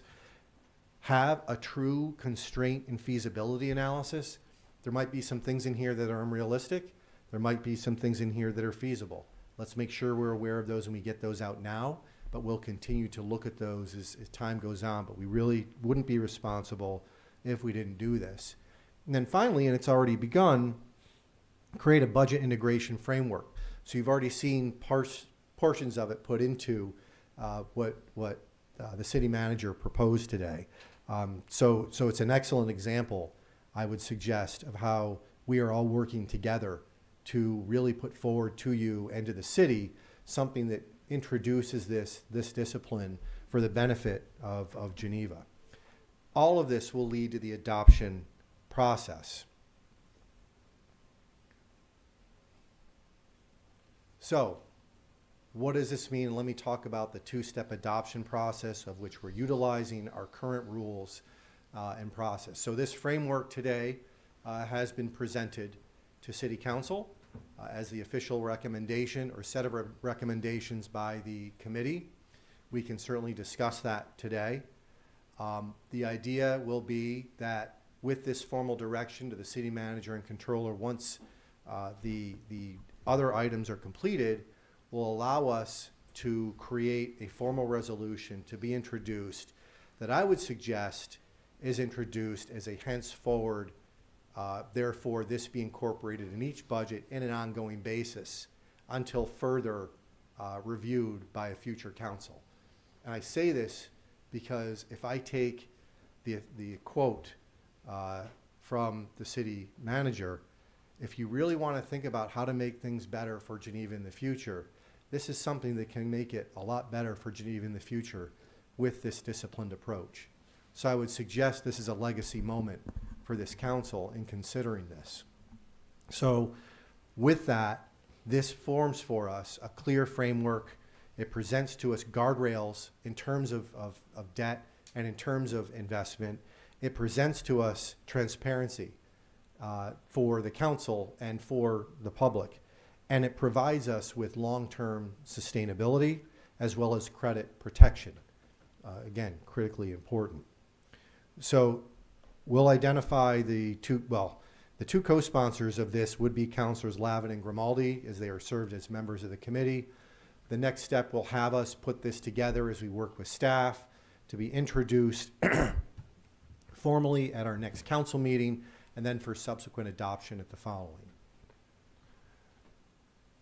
That adoption will deliver, as I think I've mentioned this already, these benefits And really what this will do is really reduce risk, strengthen the city, protects taxpayers, and yet still allow us for room to invest in the future. Thank you, and let's go, well, I'll move back, or I can stay here. But we can go around and have any questions or comments, and maybe if we want to follow the same process and have each counselor give their initial thoughts to this or anything that you'd like us to consider as it relates to this, and then we can round up the discussion. So this time, why don't I start with Counselor Petropoulos? Well, to a guy that doesn't know finance from a hole in the wall, this makes a lot of sense. I like it. I like the discipline part. I like the fact that our guidance is not agenda-based or based on crazy. This is realistic. I doubt there is room for any agenda-based arguments. I think, I mean, I'm going to back this, but my only questions, and the thing is, I don't have that many because it makes sense. So I'll let Councilor Kane do next, and we'll go from there. Counselor Kane. Thank you. I just want to say thank you to the committee. I sat in I think all but one of your meetings, and the hard work that you put in for the people of Geneva and the expertise that you brought with it. I agree with what you're doing. Myself, I would be a little more conservative and the numbers be a little harder. But so that means that this is doable. And I think that we might have to work at it a little bit, and it'll cause people to have to, to think. But it's going in the right direction. So thank you very much, all of you, for the input that you put into this. Counselor Brennan? Do we get a nice color package like Amy gave us? Well, I'm going to admit something right now. I'm not Or is a that a PowerPoint cost guy. saving? Okay. So a friend of mine did this for me. Okay. So I will admit that. What I had before really looked a little rudimentary. So I might ask them how they did theirs and see if I can't leverage that. Well, but yes, we'll try to make it a nice okay. shiny Well, object because for you. Mayor, it's Claude AI. It's very easy. I will look. I use ChatGPT is the one I use, so I will take a look at that. Well, at any rate, the point is that it's, again, a beautiful piece of work, summarizing all of the work that everyone's done, and it's putting it in very, very digestible form. So it would be nice to have my hands on it again, because I say, let's use it. Let's go to work. All right, Councilor Gelati. Congratulate Councilman Petropoulos for staying within 2 minutes. That's pretty good. That's awesome. I'm not near you, so I gotta take a shot once in a while. Excellent job. I'm not gonna, pat you on the back too much because you already saddled me with this. But besides that, I would need just a request. A lot of work. It's gonna take a lot of work to get this thing going and to keep it going from all of us, actually. So if we can schedule in advance meetings so that we can work our schedules around them, that'd be great. I think it's important for all of us to be here every chance, every time we meet in order to keep moving forward. So that's my only recommendation or request. Received, Deputy Mayor. Councilor Grimaldi. Since I sat on the committee and I missed the last meeting, but I think that we need to move someplace, and this is a really good start. And we'll see how it. I mean, we still got to play it out, but we'll see how it comes out. It should be all right. So, Thank you, Councilor Gummo. First, thank you to the committee and to the council members who sat on this committee. We've desperately needed this. At work, my day job, we talk about how difficult it is to improve a thing unless you're first measuring that thing, so you know what your baseline is and you can actually track whether or not you're successfully impacting the metrics that you care about. So this is fantastic. I feel confident that we can now measure the thing. The annoying question that I have for you, and this was coming, it's where are we going to put these KPIs? Where are we going to be able to access them? How are we going to keep them up to date? How are we going to be able to show to the public in either a repeatable or self-serve format, what these numbers look like on a monthly basis? I think that is a terrific question, and actually, I'll answer that in two ways. One, I think first, Adam and I are talking about how basically to get this and incorporate it into the regular reporting. But two, as we're looking at the comprehensive plan and we're engaging the integration of this and other things into the comprehensive plan, can we actually utilize AI to help keep these fresh and active? So it's almost a foregone conclusion. The answer is yes, yeah. So I would suggest and answer it, that's how we'll do it. First, will become a part of the what's reported, and second, to the extent we can incorporate it and use AI to keep it updated so it's always live and fresh. Great, thank you. Councilor Lavin? And thanks again, Your Honor. This is another demonstration, not just of your commitment, but we have some really special people in this town. Worked on Wall Street, have real expertise. I know to shut up in some of these committee meetings because I'm not the smartest person in the room there. And it's been really valuable what we've been able to accomplish quickly. I do have one good thing and one warning. The good thing is that I believe the conditions in Geneva are leaning in a direction towards collaboration and understanding the problems in the town. Most of the calls I get about tax problems in Geneva now are from people in the town who happen to know me and know that so they call me as a city council person saying, what's happening to me here out in the town? And what's happening is a structural change in the cost of living in the town, which brings them closer together with us. And some of the answers to the problems are shared answers. Why do we have 6 fire departments in 1 mile? Things that are there for us. That's a great thing. The downside is those numbers you just showed play the state game. For those of us who are elected, the only thing that really matters is what are we taking out of the pockets of the local people. And when we take the water and sewer and sequester it aside, we're not looking at the real cost of living in Geneva. So the challenge is bigger than this long-term debt question. And that for anybody elected, we're measured by that bigger number, not by the lesser one.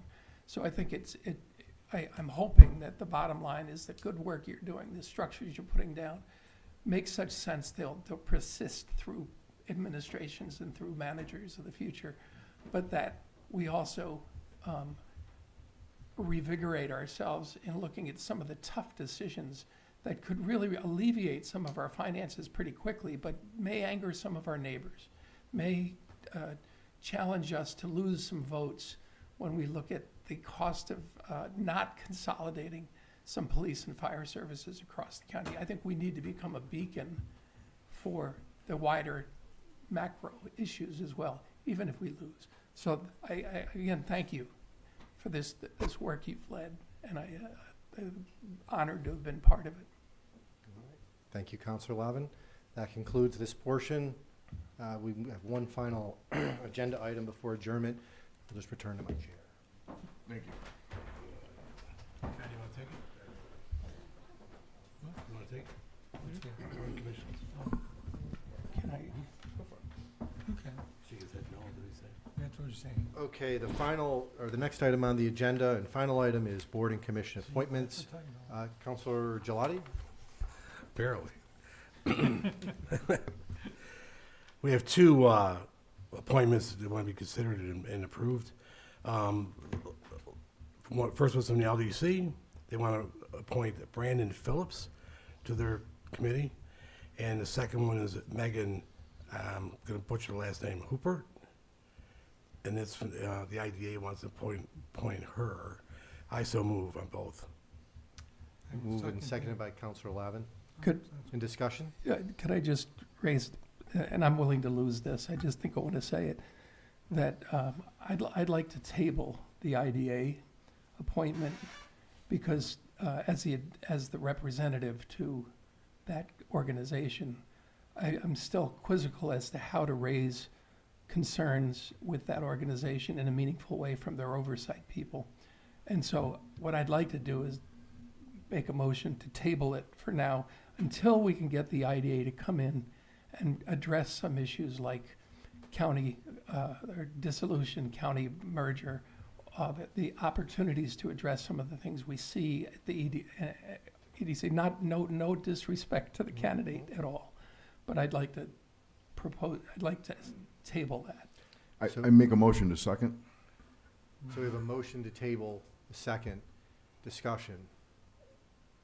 I think there's just a vote. Yes, No once it's a discussion. table, it's just a straight vote. Right, it's a straight, oh, there's no discussion. Would have liked some discussion before the table motion came out, as I I- concur. So I anyway, didn't see it let's on the have a agenda. vote. Can you call the roll, please? Counselor Brennan, Aye. Counselor Kame, Aye. Counselor Petropoulos, Aye. Counselor Gilat, Aye. Counselor Lavin, Aye. Counselor Gameau, Nay. Counselor Grimaldi, Aye. Mayor Cecere. Aye. Motion carried. And you just tabled both because you tabled that resolution. That's fine. Okay, that's fine. Okay. Just as subsequent discussion, as now we can have a brief discussion. Yeah. I think Counselor Lavin, to that point, and I think for everyone, I want to say, make two comments to this. One is, Counselors Gelati and Counselors Gummo are looking at the appointment process, and they've begun the discussion around some enhancements to our current board appointment and processes. It's too early to bring them to the table, but they're certainly there, and I think that's important for ongoing discussion. Secondly, the ad hoc committee for downtown and economic development will have on, I believe it's May 4th, the IDA presenting. At that meeting, the IDA will be discussing their current role, what they're doing, and really give a deep dive to that committee. And that is what that committee is framed to do, is to review that, to come up with thoughts, ideas, recommendations to both the IDA and to council. So I would agree with you, Councilor Lavin, that that will give us time to get more information in terms of the IDA. The LDC will follow that and others, but I think that's important to note. And I think for us to have a sense as to where that is and where it's headed will probably be important for us, for those committees, and for the city overall. I apologize for coming up the words. It's a difficult question for us on council as to how to inject ourselves into these semi-autonomous committees that do count on us for guidance and approval. All right, having said that, do we have a motion to adjourn? Councilor Petropoulos, second by Councilor Can we hold Lavin. on for a second? Sorry? Can we, I know the rules have changed. Can we do a resolution to appoint Brandon as a separate resolution? You can bring a resolution forward because it's a different resolution than the Right, than resolution what you we just tabled. did. Yep. That's why you should do it separately instead of everybody. So could we do I'd like to do a resolution to appoint Brandon Phillips to the LDC. Counselor Grimaldi, motion. can you speak in your microphone? Sorry, I always forget. Be a motion, wouldn't it? Do a motion to, is a motion or a resolution? A motion. to- Motion. Okay, to appoint Brandon Phillips to the LDC. Can I get a second? Nice second. Second. So moved by Councilor Grimaldi, second by Councilor Gelati. Discussion. I think it's the right thing to do. Councilor Gummo? In what way is this materially different than the appointment to the IDA? I would suggest it's not, but that's my opinion. Exactly. And so my opinion on this is either the precedent that we're potentially setting here is no more appointments until we figure this out. And I think that's a bad precedent for this body to set. I think we already struggle to get people who are willing to volunteer their time to serve on our boards and commissions. And we have two willing and able people here who've gone through, at least in the case of the IDA, their own nomination process on the board. And I don't understand why we would penalize these boards and commissions for doing what they are currently already doing within their charter. I don't understand. There's another- Well, We've tabled that. So we tabled the IDA, but in tabling the IDA, we tabled the LDC. So what this does is this comes back and says, we're gonna bring Brandon out because he should have been separate anyway. Well, sure, but my point is that it's the exact same process. Right. And so why would we have tabled one when we haven't tabled the other? I feel Because- like we've unnecessarily picked on the IDA here just for scheduling concerns. Not necessarily scheduling. I'm picking on them for substantive concerns that we have as a council. That's Or at fine, least I but do as a but representative it's of the them fulfilling their charter as far as it's currently stated. And how do we Maybe. inject ourselves into that discussion? Yeah, we do a charter review, but it seems weird to penalize one board for doing the exact same thing as the other. If I Okay, could- other, Not too much. Yeah, yes. just one point kind of on the discussion of the process. Yeah.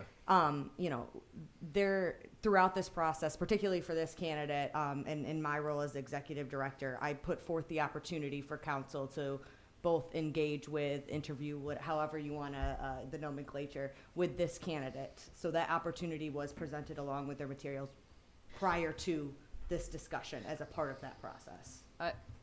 Not the candidate we're talking about, Yeah, though. we're On the revisiting- IDA Yes, on the candidate. Tabled IDA item side. now. Yes, Yes. sorry, I Yeah. specified. And Yes. then the LDC candidate, we discussed that, and the LDC liaison, and I talked about that interview process as well. There's no harm in delaying this vote on the IDA, No. whereas there would be harm, in my opinion, to have Mr. Phillips delayed for he's not part of this, if you will, overview of the IDA. So I would like to proceed with Mr. Grimaldi's suggestion that we vote on that. Yeah, we're in the discussion, so, my only comment, and again, the LDC will be reviewed by the committee as well, and equally so, as with the IDA. The differences between the two are notable in terms of their current position, as well as their potential future state. Not suggesting anything other than that they're under review. So certainly if the board or the council wants to consider Mr. Phillips for this role, most certainly, in order to allow them to continue on with their work. I do see that there is a difference between the two, to Councilor Lavin's point, in terms of where they are. I think the upcoming review will shed some light on this in terms of direction. But I think I'll stress, it's going to take time. It's not going to happen overnight. So I would suggest, in terms of the tabling and with regard to this, that there will be some information shared in the coming weeks, but that this is tabled for a month. And if it looks as though it's going to go on for a period of time, that we proceed with a recommended appointment and proceed on actioning Ms. Hooper. So I'll just make that statement. Barring any other comments? Yeah. Councilor Gelati? I guess I'll take the burden on this one. I should have probably separated the two. I didn't know it was being an issue here. Nobody communicated that there'd be an issue until this time. I would appreciate that if there's issues with a candidate, since we have the agenda ahead of time, let Councilman Benner or myself know. That way we can maybe do, not have this situation. But I should have separated them. That would have cleared it up a lot better for you. And, but we think we need to move on, so. We have a vote. All right, any other comments? One more comment? I just want for both the LDC and IDA, so city staff are contracted by them to also represent those. They are both have several vacancies. And I just want to note that because both bodies do have quorum issues to operate as is at this time. Thank you. All right, would the clerk call the roll? Counselor Brennan? Aye. Counselor Kame? Aye. Counselor Petropoulos? Aye. Counselor Gilat? Aye. Counselor Lavin? Aye. Counselor Gamow? Aye. Counselor Grimaldi? Aye. Mayor Cecere? Aye. Motion carried. There's a motion on the floor to adjourn. All in favor? Aye. Oppose? Abstain? So carried. Sorry, I got one of those. No, it's okay. I mean, Yeah, there's-